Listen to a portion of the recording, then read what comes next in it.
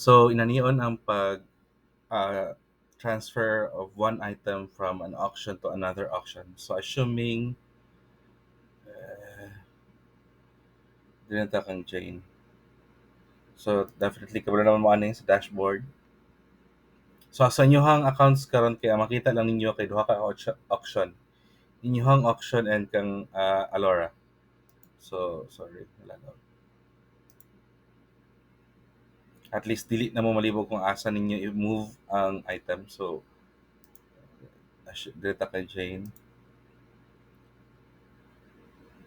No thanks. So there are two ways to move an item. So for example, naka-upload na mo and kani nga item, let's say wait, let's say kani nga item kay gusto ni sorry, kani nga item is eBay worthy. So kinahanglan siya i-move sa auction. Basta eBay worthy, i-move ninyo sa auction kato ka Alora nga name. So let's say assuming that this item as per your research siyang value o STR eBay worthy siya. So pwede niyo siya i-click kani then move, click nimong move, then pangitaon na ninyo ang auction Alora. So sa inyo ha kay pag click ninyo ana Alora na dito makita. So click then next lang dayon. Okay?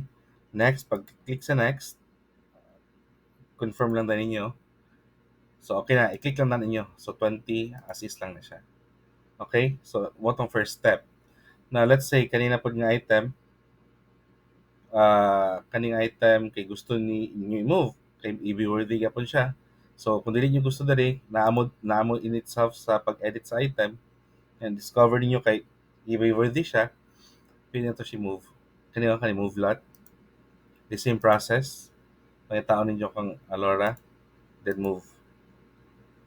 So, usa yung pagkabalungan move na siya, back lang ninyo. Pag next ninyo, ana din nyo na makita.